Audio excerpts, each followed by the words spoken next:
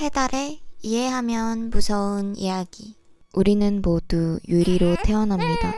놀랍도록 투명하고도 아주 유약한 존재로 텅 빈 유리 안에는 온갖 반짝이는 것들을 집어넣습니다. 꿈, 희망, 사랑, 뭐 그런 것들로요. 나이에 상관없이 유리 안이 가득 차게 되면 어른이 되고, 어른이 되면 금방이라도 부서질 듯한 유리가 아닌 단단한 외형으로 바뀝니다. 하지만 모두가 어른이 되지는 못합니다. 운이 나쁜 아이는 얼만큼의 힘을 가해야, 얼만큼의 열기를 가해야, 얼만큼 얼려야 깨지는지 실험당하는 실험체로 전락합니다.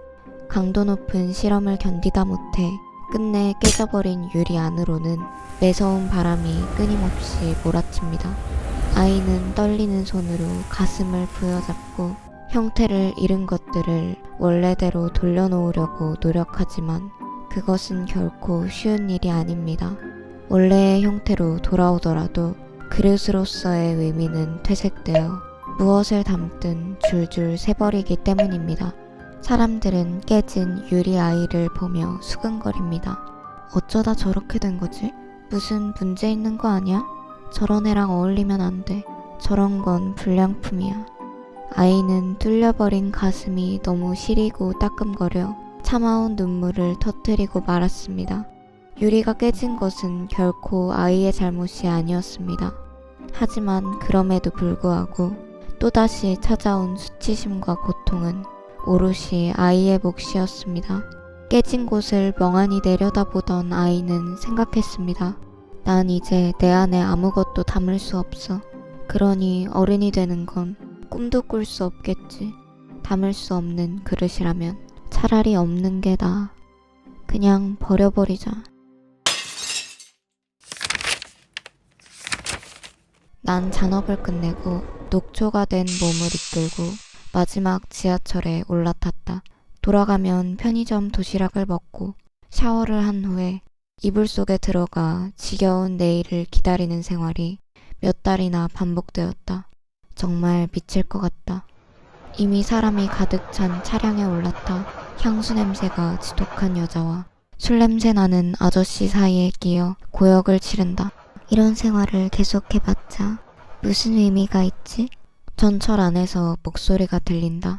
이런 시간까지 일하다니 너무하지. 가족은 네 덕분에 먹고 사는데 아무도 알아주지 않아. 목소리가 들리는 곳을 쳐다보니 창백한 여자가 조금 떨어진 곳에 앉아있는 중년 남성에게 말을 걸고 있었다. 네가 집에 돌아가봤자 반기는 사람이나 있어? 하지만 중년 남성은 이내 눈을 감고 꾸벅꾸벅 졸기 시작했다. 그녀는 갑자기 입을 다물더니 옆에 앉아있는 사람에게 이어서 말을 건넨다. 남자친구가 바람피는 거 사실은 알고 있잖아. 여자는 스마트폰을 보면서 하품을 한다. 그녀도 창백한 여자를 완전히 무시하고 있다. 너보다 훨씬 어리고 예쁜. 모르는 척한다고 그 사실이 없어지나? 사실은 남자친구가 그 여자에게 완전히 가버릴까봐 두려워서 말도 못 꺼내는 거지. 그녀는 아무런 반응이 없는 여자에게 말을 거는 것을 그만두고 또 옆에 있는 아저씨에게 말을 걸었다. 그녀는 조금씩 내게 다가오고 있었다. 그녀에게는 불길한 분위기가 느껴져서 다가올수록 기분이 안 좋아졌다. 잠시 후 창백한 여자는 옆에 있던 향수 냄새가 나는 여자에게 다가가 말을 걸었다. 손목에 난 상처. 오늘도 또 늘었구나. 그녀의 말을 처음에는 무시하던 여자가 이내 몸을 떨더니 급기야 울기 시작했다.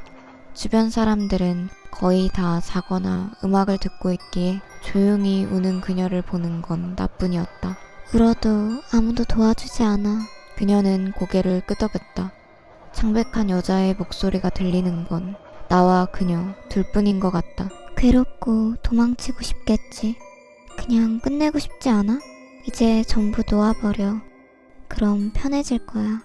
안내방송이 울리고 슬슬 다음 역에 정차할 시간이 다가왔다. 전철이 완전히 멈추고 문이 열리자 여자는 벌떡 자리에서 일어나더니 전철 밖으로 나갔다. 건너편 플랫폼에서 전철이 오고 있었다.